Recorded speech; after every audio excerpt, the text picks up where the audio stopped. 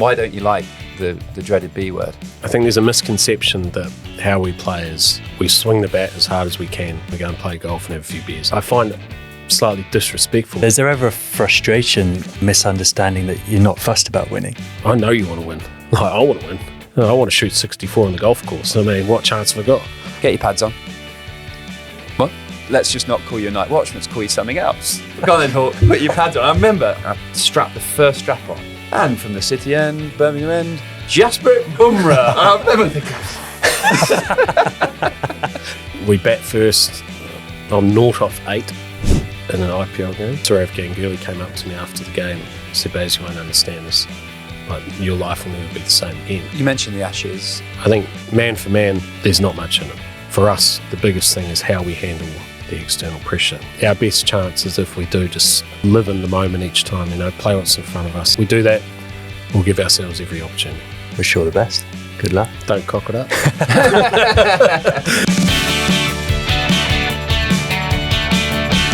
I'm Stuart Broad, he's Josh Buttler, and today we have a very special guest on the pod, England head coach Baz McCullum.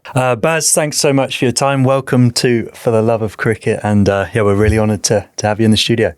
Thanks, Hose. Thanks, Hawk. Baz, growing up in Dunedin with your brother Nathan, can you talk us through your first feelings and when you fell in love with cricket, your first memories of playing cricket? Yeah, pretty vivid actually. My old man used to play first class cricket, so he played 76 first class games for Otago. I think he only got 200, so he must have been a hell of a tourist. And so we were always in and around cricket, both my brother and I. And I remember he played for Albion Cricket Club, which is actually quite a famous cricket club down in the Southern Hemisphere. It's had a lot of New Zealand players have come through it for such a small sort of club in South Dunedin.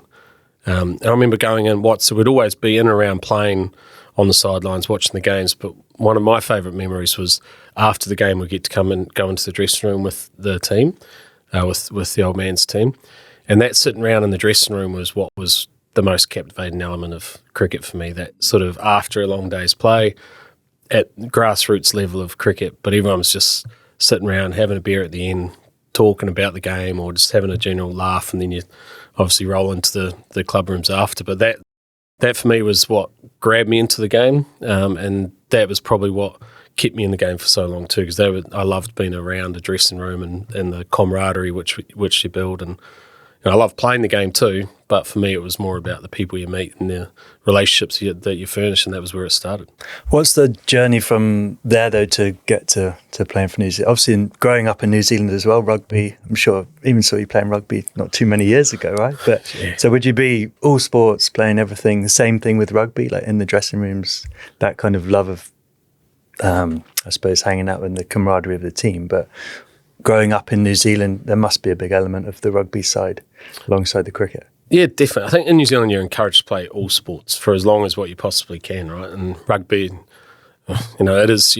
I remember you're doing the haka in the shower when you're 4 years of age. That's what every Kiwi growing up does. You're wanting to be an All Black and or a Blackcap, and you're encouraged to sort of get out and play as much as you can, whether that's at school or down in the backyard at home or with your mates. But I think there's quite a big difference with New Zealand as well. There's very little coaching goes on in those formative years. It's more about bringing guys together and go and play the sport just for the sport's sake, rather than having individual private coaches as such, and then prioritising a specific sport. You're very much encouraged to just go and do everything, and I think that's probably why.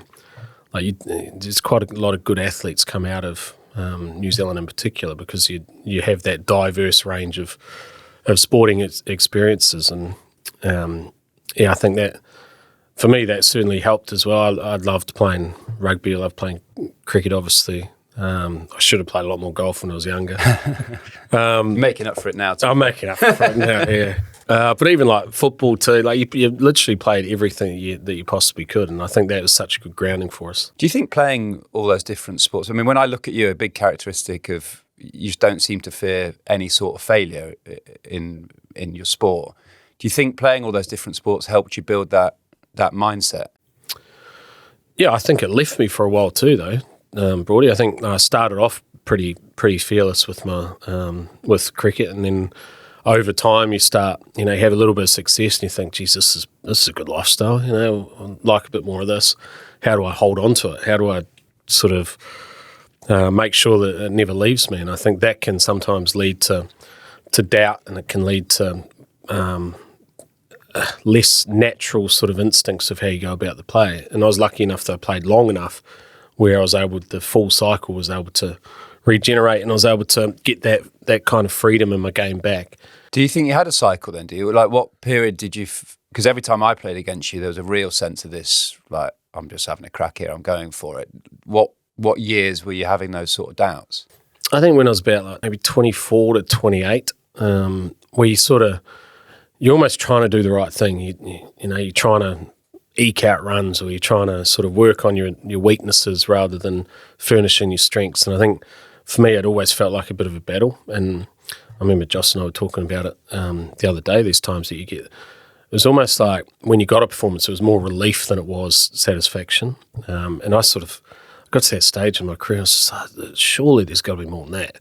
Like, I know it's fun travelling the world with a group of mates and earning a few quid playing a game that you grew up loving, but there's got to be more satisfaction out of it. It wasn't until I kind of let go of that and just stopped worrying about what people thought, stopped worrying about trying to be the perfect type of player, and stopped worrying about constantly working on my weaknesses, and just started to just allow my strengths to come out and roll out the fact that on your good days you're going to have good days, and on your bad days you're going to have bad days, but at least there's consistency and approach, and there's going to be some enjoyment out of it. Is that your own realization, or did you need help from someone or to sort of get to that point as well? Was there a coach or teammate that sort of, or maybe your brother or your dad, like pushes you to say, or was it actually a realization you sort of sat on your own that this is how I want to live my career? A little bit of both. I think probably I sort of worked out, I wouldn't say I was the smartest bloke, but I'm smart enough to work out that if I keep playing like I wasn't going to be in the team much longer anyway. So I needed to, sort of find a way to be as good as I could to keep having the opportunity. But also I remember Stephen Fleming, he's a great mate of mine, and he obviously former New Zealand captain, and he's been around cricket for a long time. And when I took over the captaincy not long after that, actually, I was sort of going through the same kind of thought process. And he actually said to me, called my bluff, he said, well, give up. And I was like, what do you mean give up? He's like, well, give up. If you're not enjoying it, just give the game up. And I said, I'm not sure if I'm ready for that. He said, well, go away, write down the pros and cons of carrying on playing or giving the game up, and it will all become apparent. So I sort of went away and did that, wrote down the pros, wrote down the cons, realised that the pros outweighed the cons to carry on playing, but very quickly realised that I'm going to have to live with the cons if I'm going to try and get the level of enjoyment and success that I wanted out of my career at the back end. So that was quite a pivotal moment, and it's probably shaped my coaching style as well, to be honest. That freedom that you get when you strip it back to the innocence of playing. Talk about playing for the little boy that fell in love with the game, and that's where you want to get to, and that's, as a coach, that's what you want to encourage, is to try and strip away all of that other stuff and the pressures that come with it, knowing that they're there and you're just going to have to deal with it, but get that satisfaction out of the game that everyone wanted when they first got into the game. You certainly got that across to when I was a player in your change room. That there was something that you said that stuck with me, was take yourself back to when you were that kid opening the curtains on a Saturday morning and just praying it wasn't raining. And if you can do that wearing an England shirt or an international shirt, you're going to be flying, because you've got that buzz, that joy, and realising you're playing for your country in front of 30,000 people, but you're buzzing to be there. So that you definitely sort of managed to get that across. You had clarity as a player. How much clarity, or how quickly did you get clarity as a leader? Because you're a very successful captain for New Zealand. Were you clear when you took that job, this is exactly how I want to change New Zealand cricket, or did that evolve over time? Because it was quite a tough first game in the test stuff, wasn't it? You get bowled out for 45 or something. Yeah, well, I had that vision before that game. But you don't always get what you want, right? But sometimes you get what you need, and I think we got what we needed in that. I remember we won the toss and we batted, and I was opening the batting, and we were playing South Africa at Cape Town. I was thinking, right, we're going to make a real statement here. We're going to be real bullish, and we're going to bat first and take the South African boys on. And we were bowling by lunch. Bowled out 45. I missed a straight one for naught, and then I remember sitting back that night in my room, and I was going, "We've got some work to do," and There was a knock on the door. It was Mike Hessner who was the coach. Another knock on the door. It was Mike Sandel, the manager. Another knock on the door. Bob Carter, the assistant coach. And they came into my room. We had a couple of beers and we go, right, how do we build this thing from the ground up? Because at the time in New Zealand cricket, we'd always had decent periods, but we'd never had a prolonged period of success. We're fleeting in the way we went about things, and if anything, we're underperforming for the talent that we had. Yet in our heads, we thought we were a lot better than what we were, and we were probably not quite realistic in our view of how we were performing. So we had to strip things back, and we went about making change and trying to become more of a representation of the people of New Zealand. In New Zealand, you're humble, you're hardworking. There's a number 8 wire sort of mentality. You're able to be innovative and kind of adapt, and you're kind of fearless with how you go about things. And so we wanted to be a representation of the New Zealand people. And we thought if we could do that, then they would understand what we were trying to do on the cricket field. And it all started that night through being bowled out 45. And I think we got there towards the end, and then I realised at that stage that a few years later that the team was ready for a new direction as well, that I could only take it so far. And then Kane Williamson and Tim Southey were going to take over as leaders, and they took the team to the next level, and hence the success on the back of those guys in the years since. So. Would you say 2015 World Cup at home in Australia, big highlight as a leader? Yeah, it was a good crack. That I mean, there's not many better stages than playing it, in front of your home fans and in such a big tournament. And I knew we had a good team, but for us it was going to be how we handled the pressure of a home World Cup. We knew that if we got on a bit of a roll, the country would get right in behind us. 92 World Cup was played in New Zealand and Australia. That was a lot of the guys who were in that 2015 World Cup.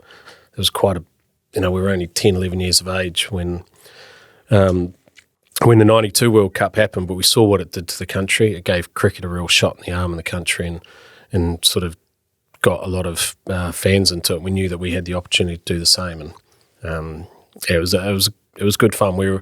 We trained next to nothing throughout that entire World Cup because we'd done all the hard work. For us, it was about trying to enjoy the experience of the World Cup, lap up everything it had to offer, and look forward to the games with a fresh approach. And that's funny. We trained every day, Jose. Oh, yeah, we did. We had to. I remember we played you at Wellington, and I remember thinking, God, you're trying to play on the psychology of the game because we were getting nailed, we weren't playing well, we were under pressure from our press, and you bowled first at Wellington, started with 4 slips or something in an ODI, and we thought, are we that bad? Did they need 4 slips? And well, that was interesting because we sat down the night before, Tim Southey, Trent Bolt and myself, and I was like, geez, these boys seem like they're in the bush. The English boys are copping it from everywhere. And they're like, yeah, it's like they're 2 down already. And I was like, oh, that's interesting. If we're 2 down, what sort of field would we have? If they were 2 for nothing, they said, I would have 4 slips. I was like, let's start with it then. And then we obviously did. And then you guys reckon that it was swinging everywhere. I don't think it was swinging much at all. It was open, wasn't it? I'm not sure we were watching it. That was fun. That World Cup was a great experience. So I reckon, similar to 92, the benefits of that World Cup will be seen in the years to come from some of those young kids getting into the game who they have choices, right? They can play football, they can play rugby, but they watch that and they're inspired to want to play cricket. And that's what our job is too, I think, is to keep trying to bring about the next generation of players to fall in love with cricket like we did. How easy is it to get guys like Southey and Bolt to buy into that? Yeah, it's sort of hard to explain that a little bit. I think everyone starts with a vision, right? Everyone has an idea, and all leaders have their own idea and their own visions of how they want the team to run. I think it comes down to whether you flinch or not. I had a very strong belief that for us to be competitive against the best teams, then we could never flinch because man for man, we didn't have the same level of skill as what other teams around the world had. So for us, it was important that we were a united and collective side. It was important with a small, trying to explain a little bit better, I guess. If you've only got a small amount of resource, then you need to be innovative, connected, and in front of the curve. And then by the time the others catch up with the resource that they've got, you have to be off on another plan, on another strategy. Otherwise, you're going to get swallowed up. And we felt that within our side. We needed to be doing things differently. We needed to be united, and we needed to be brave enough and to make sure that even on bad days, we never flinched. We stayed true to that, and that'll give us our best chance of being able to succeed. And I think one of the big things with that is loyalty and selection as well. You're asking guys to be brave and to play the game at quite an expansive manner. Then you need to keep going back to them. After a couple of failures, keep giving them the opportunity to go again. And also picking on characters is really important. Guys who are genuinely wanting to invest in what you're trying to achieve. So, it doesn't always work. Sometimes you get it wrong. But I think as long as you've got a plan and you've got conviction and you've got that belief in what you're trying to achieve, it gives yourself a better chance. Playing wise, you look at some amazing moments in your career, triple century at Wellington. How does that compare to how you finished? It was a record, was it 54 ball, 100, blazed it ever against the Aussies. I remember watching that with a great smile on my face. Can you look at those and pick one, or were they both just very different and amazing moments in your career? Very different, all of them, right? I guess for me, I never played to be consistent. I think that during those years we were talking about before, with that 24 to, it's probably 30 to be honest, 24 to 30, I was trying to be a consistent type of player. So until I let go of that and didn't chase consistency, I realised that I was going to be inconsistent. But for me, I wanted to chase great moments. And that drug of feeling those great moments was enough for me to put the hard work in and to go and handle all the failures as well. And when I say those great moments, there was probably 2 or 3 of them, but that was enough. I think that 300 and that the last Test match against Australia and maybe 1 or 2 other times where I felt that, where you're in total control of the game. You feel like the crowd is beaten to your rhythm.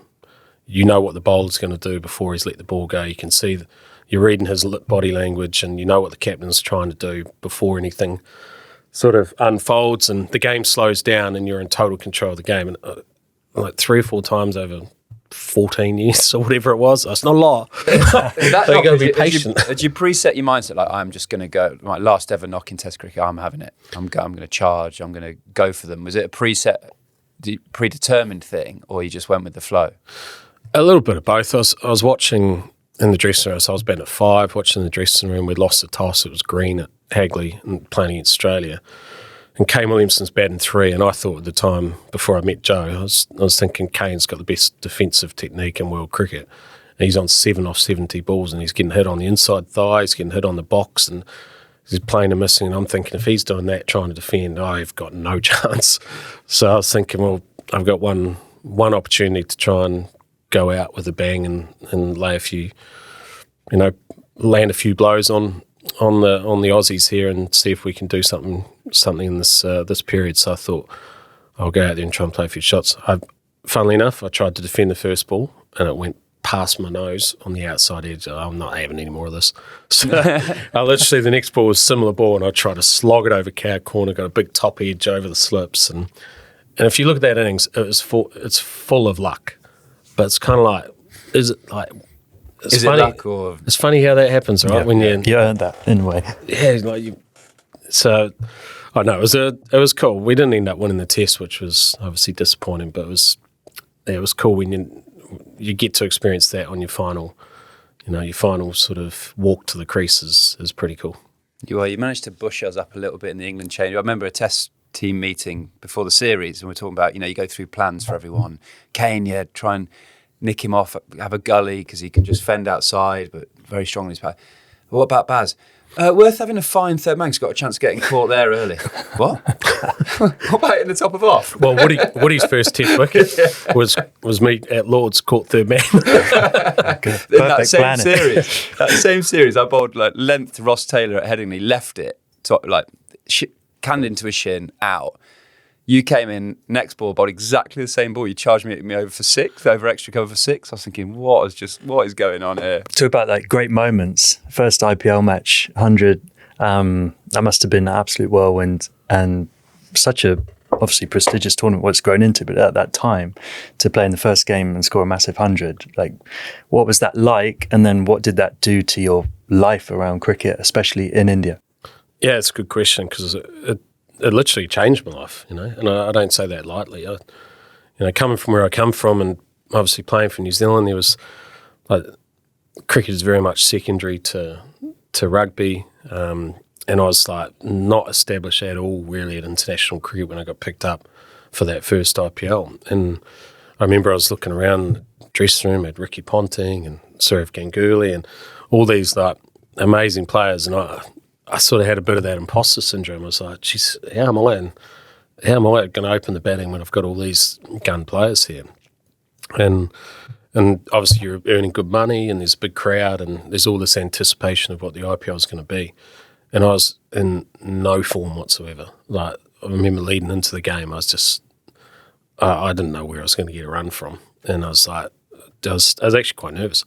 And I didn't tend to get too nervous with cricket. But then, like, the build-up and everything, the glitz and the glamour of the IPL, and I'm just sitting there going, oh my God, this is, I'm shitting myself, you know, like, and then go out, we bat first.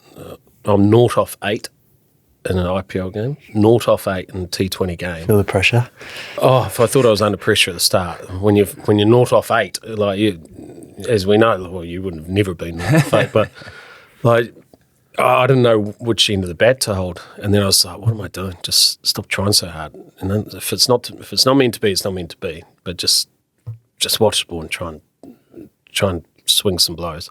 And I sort of went to slog one, went over third man, and kind of got underway from there, and then relaxed a bit. And I don't know why. Like, you look back on opportunities in your life, like, why did I get the chance to be the first one to open the batting in the IPL? Why did I get the luck that night to be able to make an impact? Why do these things happen? And I genuinely believe that did change my life, because after that, Sourav Ganguly came up to me after the game and he sat next to me, and he's a big star obviously, and he said, Baz, you won't understand this. Like, your life will never be the same again. And I didn't really know what he meant, but from that moment on, it literally changed everything. Every time you go to India now, or every time you play around the world, you kind of had that under your belt. And I think that you'd earned a little bit of respect on the big stage. And when you come from South Dunedin to the bright lights of Bangalore in front of that many people, and you're able to do something like that, you're pretty grateful for the opportunity. And you got a long affiliation with KKR, and it probably started your coaching journey, right? Was that your first job in coaching with TKR? Yeah, it was. TKR and KKR, yeah. So I had 5 years with KKR in the IPL, and then I was a bit unlucky with IPL teams. Everyone says I'd go jump on a Lions back for a tenner. That's not true. It's not true. It's just every team I play for kept getting thrown out of the IPL. So I had to keep going back in the auction. But I had 5 years with them, and then at the end of my playing career, Venki Mysore, who's the CEO at Kolkata, rang me up and he said, Baz, would you coach KKR and TKR? He actually rang initially as mentor, and then whoever they had lined up pulled out, and he rang up, he said, would you coach him? I said, I don't know anything about coaching. He said, it's fine, you'll know what to do. I said, well, if you're happy, I'm happy, I'll give it a crack. And that was the first. Did you always want to coach? Always. Or think about that? Yeah, but I just wasn't sure how. I always thought coaching was such a long kind of process to even get an opportunity. Like, you got to sit through all those coaching courses, and and almost the flair gets coached out of you.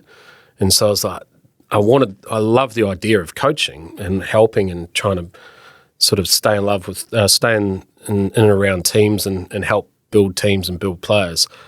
But is it worth going through the pain of having to go through all of those long processes? I was lucky that this sort of skipped a few of those processes and you jumped straight in. With the IPL, so you were in India when Rob Key called you about the England job. Did you have his number? Like, were you like, why is Rob Key calling me? Or had you had convos with your agent or whatever, like this job might be coming up? No, not at all. So everyone was aware that England was struggling a little bit at the time. I picked up the phone, he's like, Baz, Keezy here. And I'd worked a little bit with Keezy in the past and commentary, played against him. And I knew that he'd taken over. I was like, here we go. And then he just sort of asked what my interest in the role would be. And to be honest, I didn't really, because I wasn't aspirational as such, and I was happy doing what I was doing. You know, I had a playing career, and I was doing a bit of coaching at a radio show back in New Zealand with Israel Dag, breakfast radio, and was doing a bit of commentary. So I had enough on the go, a lot of time at home. So it wasn't really on my radar. But then when you sort of start to think about it, and I looked at where you guys were at in international cricket and the talent and the resource that England possesses, I started getting quite excited about the opportunity to work with you guys and see what you could actually do. And kind of looking at it as well, I felt that what you guys needed at the time, what the England side needed at the time, my skills were kind of suited to, trying to give guys confidence and give them a bit of encouragement to go and push the boundaries of their games. So it kind of just worked out well. And I think at the time it was a big surprise you took the red ball or wanted the red ball job. When your name was whispered, it was like, well, yeah, white ball coach, thanks for coming. But then came as a bit of a shock to England, I think, that you wanted the red ball job. Yeah, it's interesting because red ball was for me always my most enjoyable format. You know, like I think.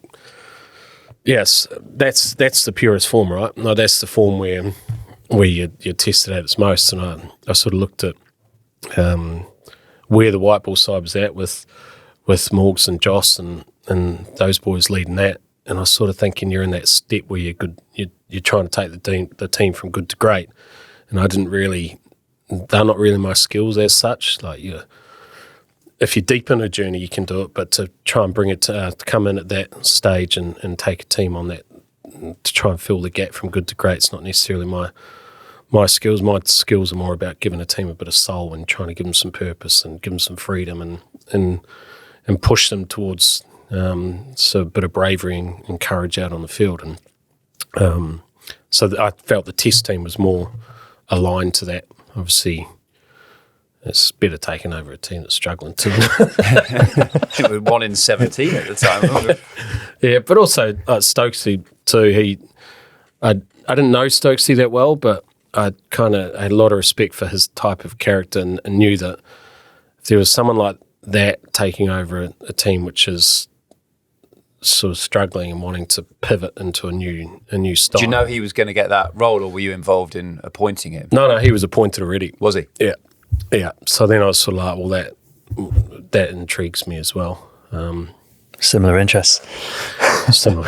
When Brody talked about Stokesy's sort of first net as captain, and he's sort of worded Brody up, he's going to try and smack him and stuff. Was that, say, like, what did you find when you arrived, and was that something you guys had talked about as a plan, that you could show this off, and he was going to be the guy to do that, or did he go off and do that and take you by surprise as well? He definitely took me by surprise because we didn't talk about that at all. And to be honest, and Brody, I'm sure you'll agree, we never really talk about scoring rates or like anything. It's about freeing yourself up from the external pressures of what people think of us, or the pressure we put on ourselves, and the kind of fast scoring and that stuff just unfolded. I think Stokesy, he clearly wanted to send a message that we are going to play with more freedom.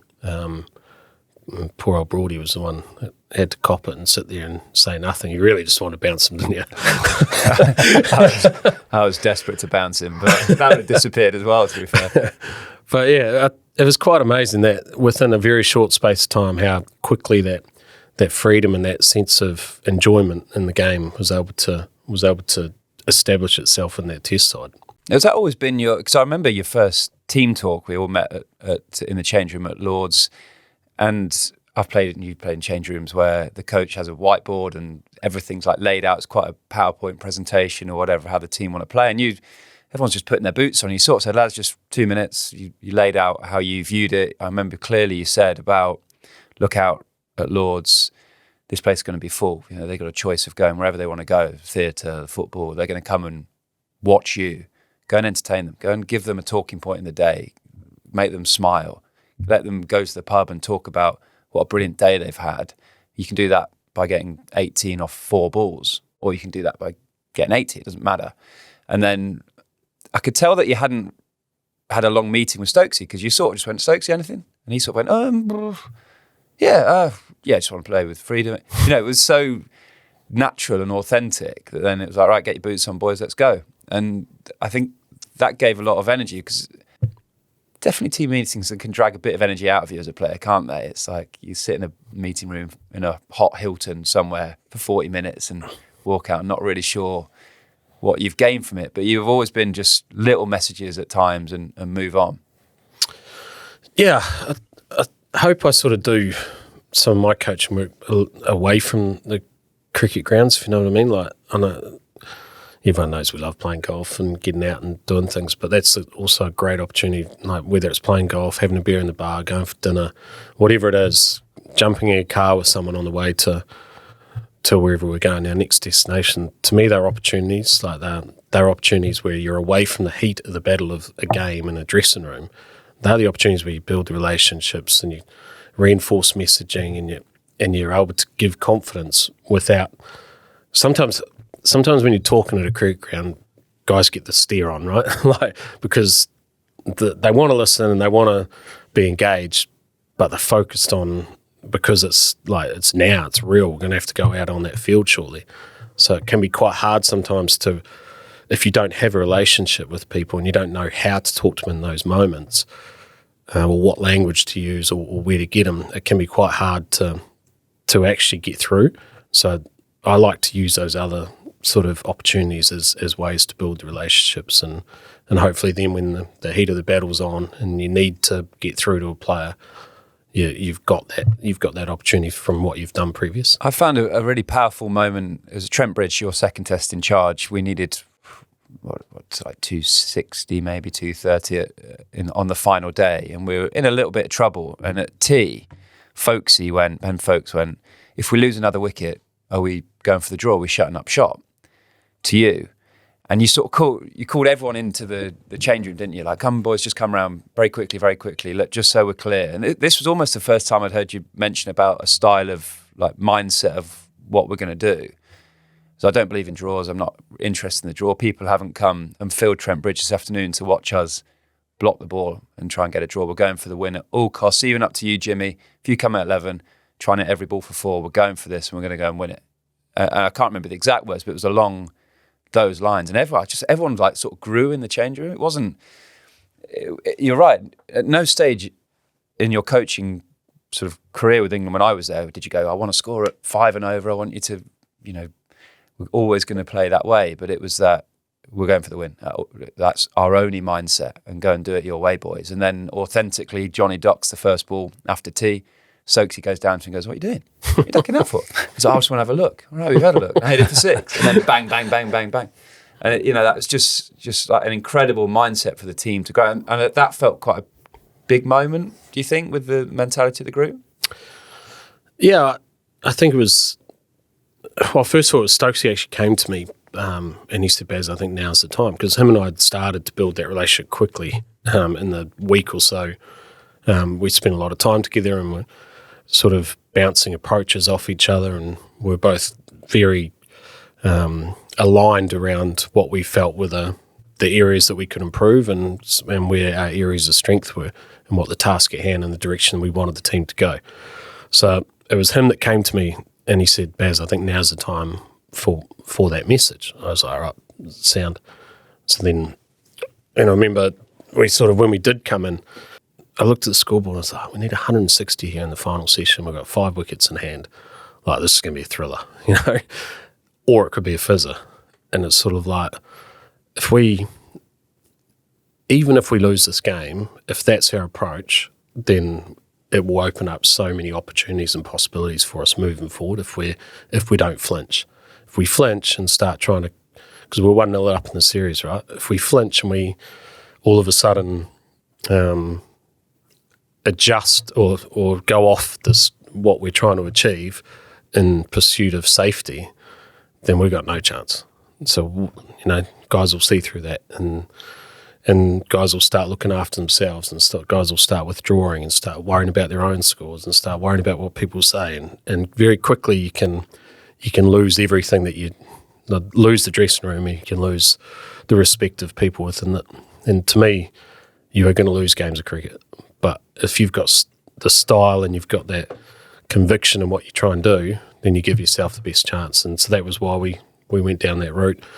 And the fact we've got some really good players in this country. So it's like we can do those things, you know. We can chase 160 in the last session on day 5 with 5 wickets in hand and succeed. And it was quite a pivotal moment for us. I was going to say, is there ever a frustration with people, say, misunderstanding that you're not fussed about winning?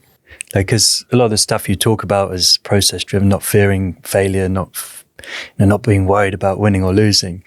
And sometimes I feel like people can misunderstand that as if you're not trying your hardest or caring about the result. So did you ever get frustrated with that or feel like you need to explain that? Or as an international player, you just know that it's a given that they all want to win? Yeah, it's a given that you want to win. I think if you take that off the table and then you focus on like what it is you're trying to achieve, you focus on the processes, you're trying to free guys up, you're trying to, the psychology of the game to allow your talent to come out. And that's ultimately what our job is as coaches, is to allow the talent that you guys are born with and the talent that guys have worked hard on throughout their entire lives to be able to reach the goals and the ambitions that they've got when they started playing the game. And you can't do that if you're bound by this tension and this sort of negativity or, so for us and for me, it's about like, I know you want to win. Like, I want to win. I know you want to win. I know you want to win. Like, it's not about that. It's because the opposition wants to win too, right? So it's not just a matter of wanting to win means, and the more you want to win means that you win more. That's not how it works, right? I want to shoot 64 on the golf course. I mean, what chance have I got? Just because I say it and I keep saying it doesn't mean it's going to happen. So for me, it's like, well, how do we go about that? I know that everyone that's in the dressing room that you play with is desperate to perform and is desperate to win. They want people to walk away being proud of the teams that the team that they're playing for. But you need more than that. You need more substance than that. You need to focus on the processes to try and get to where you want to get to. One of the big things when we took over with England is I felt that we're in a very blessed situation with cricket in this country. I remember when I was captain in New Zealand, I walked into a press conference. There was 3 journalists there. So people go, oh, that's good. You don't have to talk to many. No, that's not good because it means there's not much of a platform to be able to sell the game, to get more people into the game. I walked into the first press conference for England as coach. There was 65 people in there. I was like, this is pretty cool. You know, it's not daunting. That's cool. Like, what a great opportunity.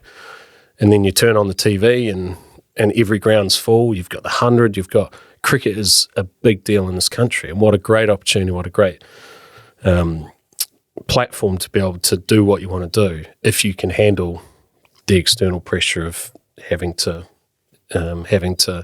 go out and perform. And that was one of the things that we addressed. So how do we handle that noise effectively so that it doesn't paralyse our ability to play the game and to succeed how we want to succeed? I won't mention the phrase that your coaching style has been sort of nicknamed in England because I know your feelings on that particular phrase. But do you think that's almost a positive that your coaching style has been given a name in the fact that it is different and unique?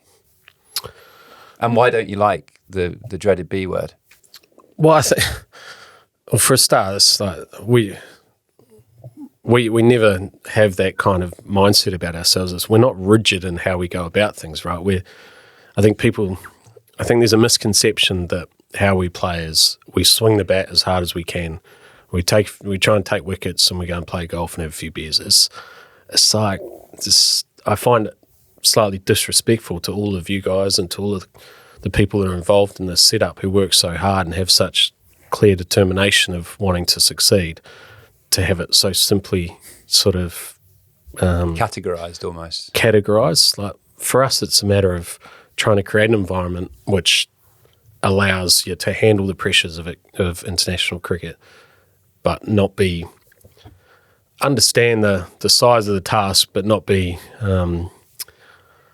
restricted in your ability to go out and play on the field. I think, you want your talent to come out. I hate seeing talent stymied. And so for us, having a certain style or a belief in how we want to play gives us our best chance to be able to succeed. And it's amazing that it's almost like we've come up with a term. Like, we haven't come up with a term. I mean, I'd never heard it mentioned in the change room, actually. Maybe a coach said it once as a joke, and that was like the last time it really got mentioned. It wasn't a conversation in the change room. I think everyone understood that it was just a mindset. It was a mindset of how you want to go about your business. I think a saying I got from you that you liked was that sort of run towards the danger. It's a really powerful line, because it means that if you're ever doubting yourself or the game's on the line or you're under pressure, just run at it as hard as you can. And that suited my mindset as a player. And I think every player would have picked out different things from your mindset or philosophy. That sort of rounds up in a coaching style. But I think people, particularly Australians, get the b-ball thing wrong, because they think it's like this mysterious sort of coaching style where we try and slog sixes. Well, it's just a mindset of playing positively in your style, trying to get rid of the fear of failure, because that hampers you in international cricket. And playing in a way that is going to entertain. But of course the result matters. No one, you should sit in an England change room when you've lost. It's no one's there going, oh, that was great, wasn't it? That was brilliant. I loved that. It hurts, but it's no good as a player just talking about how much it hurts. You've got to find a way to get better and move forward. So, yeah, I think it's now I'm on the outside of the change room. It's something that's talked about on the outside of the change room and not on the inside, for sure. Another name that was coined during your tenure together was the NightHawk. Can you tell us about that? Devastatingly. My opinion. So I don't know where it came from, and that would be. Well, you came up with it yourself. Well, that would be my question to you in 2 minutes when I've explained it. So my memories of it, right? So we're at Trent Bridge in Baz's second game, and I don't like batting. When the team's batting, I love lads getting stuck in. I can go and have a cup of tea, watch it, and sort of dread every time a wicket falls that I'm getting nearer to batting. So we're going great. Ruti's 100 not out. Popey's 100 not out. At Trent Bridge, my home ground, I thought this is the perfect time to go make a cup of tea. I know where the chocolate biscuits are. I'm going to sneak off into a corner and just watch two lads hit boundaries on a beautiful surface. So I get up there, just brew my tea, just about to have a little dunk of my chocolate digestive. And the door flings open. So I sort of look over. Baz has come and found me. All right, Roddy? Yeah, good, mate. We're like 300 for two or something. Get your pads on. What? What do you mean? I'm batting like 10. Get and get your pads on. Why? Well, just look out there now. You've got 20,000 people. It's just a bit quiet. We're going nicely, but it's just a little bit quiet. I want them to just rev up a little bit in the day. It's like 3:00 in the afternoon. So get your pads on. If you get in, try and hit your first ball for 4 or 6 and then get out if you want, or just try and keep it in more boundaries. So I'm like proper confused now. I'm like, what is going on here? I'm like 36 years old. There's nothing. So I sort of slowly walk down the stairs, like strap the pads on. Suddenly I'm now fully kitted up in my pads ahead of Johnny Bairstow, Ben Stokes. They're all like taking the pads off. I'm sat there waiting to bat with the sole goal of to walk out onto my home ground and everyone sort of go, what's going on here? Like, what on earth's happening? And they'd have a cheer. And then for me to try and, my mindset was, okay, I'm going to try and hit this first ball for 6. So I'd swing as hard as I can. And they'd all have a bit of a cheer and away we go. Fortunately, we got to the second new ball with the two guys still batting. And I sort of was trying to make contact with Baz. Like, no point me going to face Trent Bolt with a new ball. I said, Baz, so he's like, do you know what? We'll go back to the original plan now, take him off. So I didn't go in. And then we get to Edgbaston against India, and there's about 40 minutes left of the day's play, and we need 370 odd chasing. And I'm just bowled for felt like days, like knackered. So I'm in the physio room with Mark Wood, just taking my strapping off. I just hear this door fling open. It's like, I like to think the physio room is just for bowlers, like real quiet area. No one can. Baz, right, buddy, get your pads on, mate. What do you mean? He's like, well, I've got a bit of a theory. Everyone will expect a night watchman to go in now and block it. But we need runs. We need to chase the runs. So if you go in now, they'll put 5 slips in, short leg, come at you. Try and get a quick 30, get us moving and take the runs down. So obviously I'm not going to say no, am I? But I'm like devastated. I'm like, yeah, all right, sound. Okay. But I did say to you, I think, I said, look, mate, I can't go in there with everyone thinking I'm a night watchman, get caught deep square leg or long on. And then Rooty goes out and nicks one, I'll be crucified. And you just said, well, that is what it is really, but let's just not call you a night watchman, let's call you something else within the changing room. So I'm like, well, and then suddenly I'm supposed to be getting my pads on and I'm there chewing the fat with Mark Wood about what we could call this thing.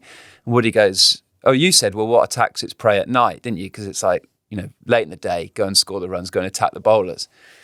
And Woody went, like a hawk or something?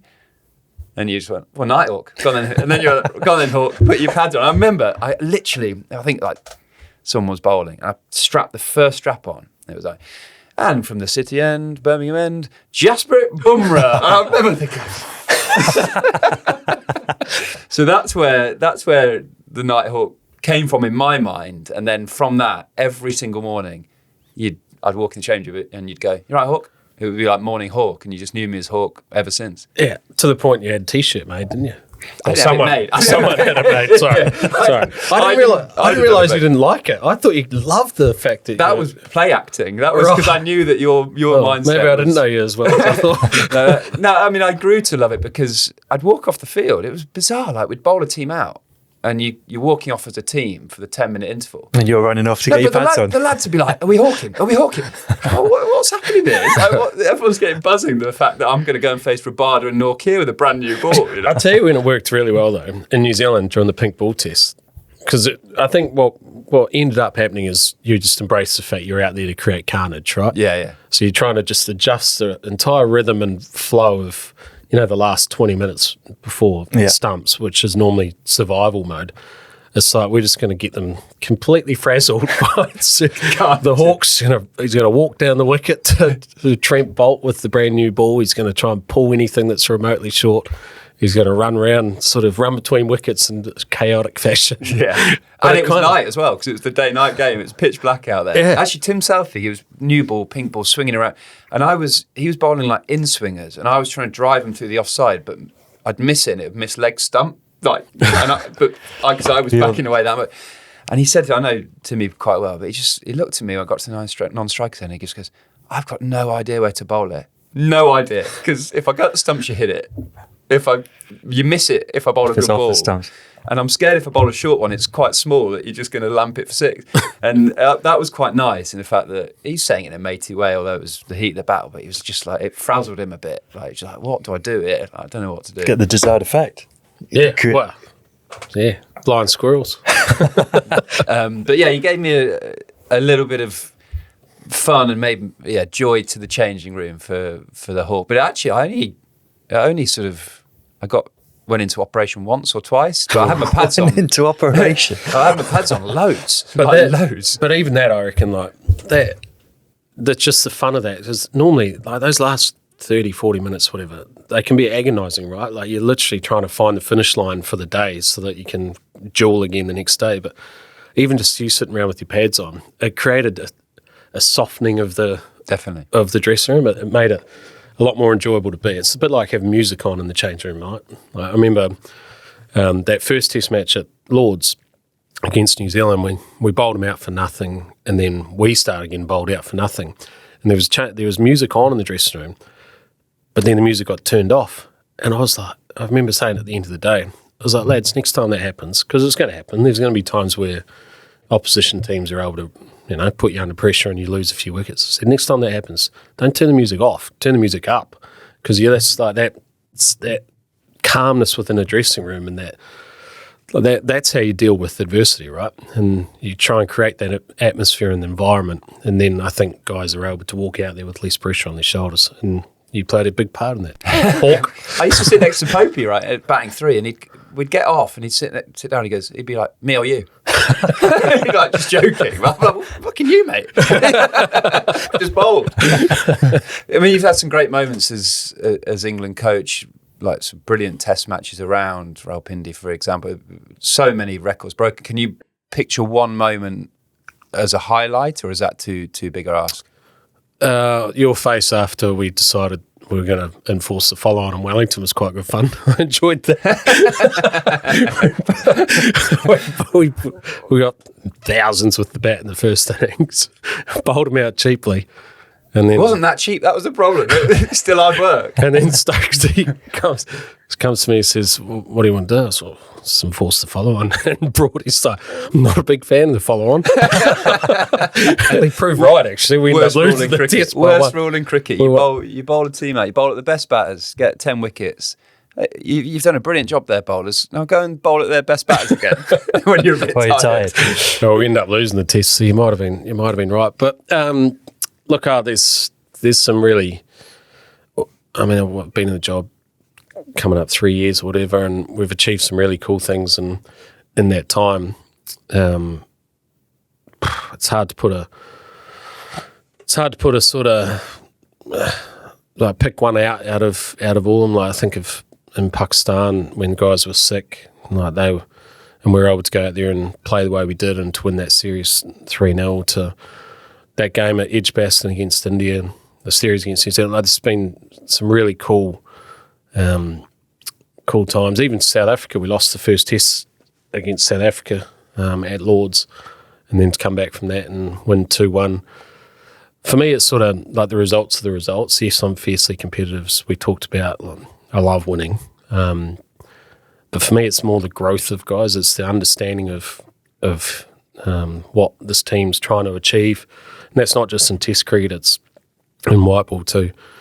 But to see guys actually just relax a little bit. They walk a bit taller, but they relax their shoulders and they go out there and they actually embrace the pressure situations. That's the most satisfying aspect for a coach. And to see teams connect and unite, that's what you're trying to achieve, right? And so I know we've got some big jobs coming up down the Southern Hemisphere over the next few months. But I feel like we've, and then obviously the World Cup over in India and in Sri Lanka as well. But I think we give ourselves the best chance if we stay as united as what we possibly can, and we can handle the pressures of what unfolds. And I feel like we've built that over the last 3 years, and I feel like we're in a good spot. You mentioned the Ashes. What does that mean to you as a Kiwi? Well, even in New Zealand, we grow up watching the Ashes too. Like, we're envious of the opportunity to see such a big series and to be involved in such a big series. So I feel really humbled to be able to be in a situation where you're actually a part of a series like that when you're not born in Australia or England. So, but we know how big it is. We follow it and we always want England to win as well. So it's worked out quite well. What do you see the challenges, or is it basically all the stuff that you've just talked about, just staying true to that, having the conviction and, like you said, I'm sure people have, in your tenure as coach, it seems to be for England, it's all about Ashes cricket. And so I'm sure you've had an eye on it for a little while to get to this point where you've got your side to go and challenge and try and win it there. Yeah, well, I think I've left out that coming back from the Ashes, being 2-0 down in the Ashes last time, coming back and to levelling up at 2-2 and being an unbelievable series to be a part of. For me, I feel like there's two good teams going to go at it. And I remember thinking back at that Ashes, like, I wanted to go around again. It was like, how good's this? This is. I'm a horse racer, man. This is Group 1 racing, Like, this is the top of the top. The best against the best, and they're duking it out on the biggest stage, the brightest lights in front of the big crowds and people all around the world. And I'm excited about that for us because it will be a test of what we've done and where we've come from and where we sit as a side. And I know how you get judged on it, and I know what we want to achieve out of it. But it'll be how we handle the external pressures and the spotlight when we get down there. But I feel like we've insulated ourselves a bit from that through the work that we've done over the last couple of years and the personalities we've got within the team too. There's a lot of very level people in that team, and I also think the most recent series against India should hold us in good stead too, because that was Group 1 racing as well. Do you think it's more of a mentality than going to Australia? Right, we in the press will often talk about, do we have the bowlers, the attributes, the spinners, the runs? But actually you think it's insulating yourself. It's the psychology. It's the being tight as a group that gets you a bit further there. Yeah, I think so. I mean, you're probably better to be able to answer that question, because I haven't been in a scenario where you've dealt with that down in Australia personally, but I feel like that was one of the things that we wanted to make sure we gave ourselves every chance of being able to handle. I think man for man, there's not much in it between the two sides. I think, there'll be some times where one team gets a bit of luck and the other team doesn't, and that could be deciding factor in the series. But I think for us, the biggest thing is how we handle the external pressure. How connected, how united can we stay, regardless of the outcome in games, to be able to make sure we make the best possible decisions in the highest pressure situations and allow our talent to come out. We do that, we'll give ourselves every opportunity. How pre-planned is your mindset in that series? We've made mistakes before in the past where we think, okay, well, we won't play a spinner here, we'll save a seamer for there, we'll make sure that bowler's ready for the fourth test. Are you just, I get the sense your mindset is, I'm just going to look at Perth, I'm just going to look at Friday the 21st November or whatever it is, and we'll hit that first hour with our lot and see where we get to.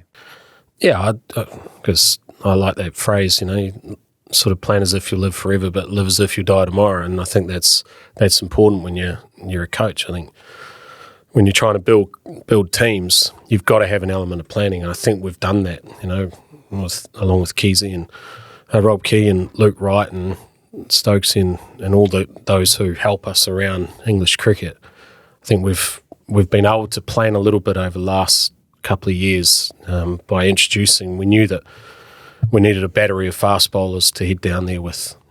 We knew that we needed a settled batting lineup. We knew that we needed a wicketkeeper batter that had the ability to take the game away from the opposition. We knew that we were going to need a spinner that generates bounce, just like Nathan Lyon has. So we've planned all of that stuff. How it comes out in the moment, we'll find out. But our best chance is if we do just live in the moment each time, play what's in front of us, just make sure that we're present and we give ourselves the best chance, and that includes taking things test by test match. It's exciting, isn't it? It's I'm like ready for it. I think we all wish you the best for it, and we're excited to see it. But it seems, I don't know, as Ashes series, as an England fan, it's as good a chance, I think, as England have ever had. So wish you all the best. Good luck. Don't cock it up. That's it for this week. Massive thanks to Baz McCullum. And our sponsors, Sage and Laithwaites. Follow us on Instagram, TikTok and YouTube. And we'll see you next time.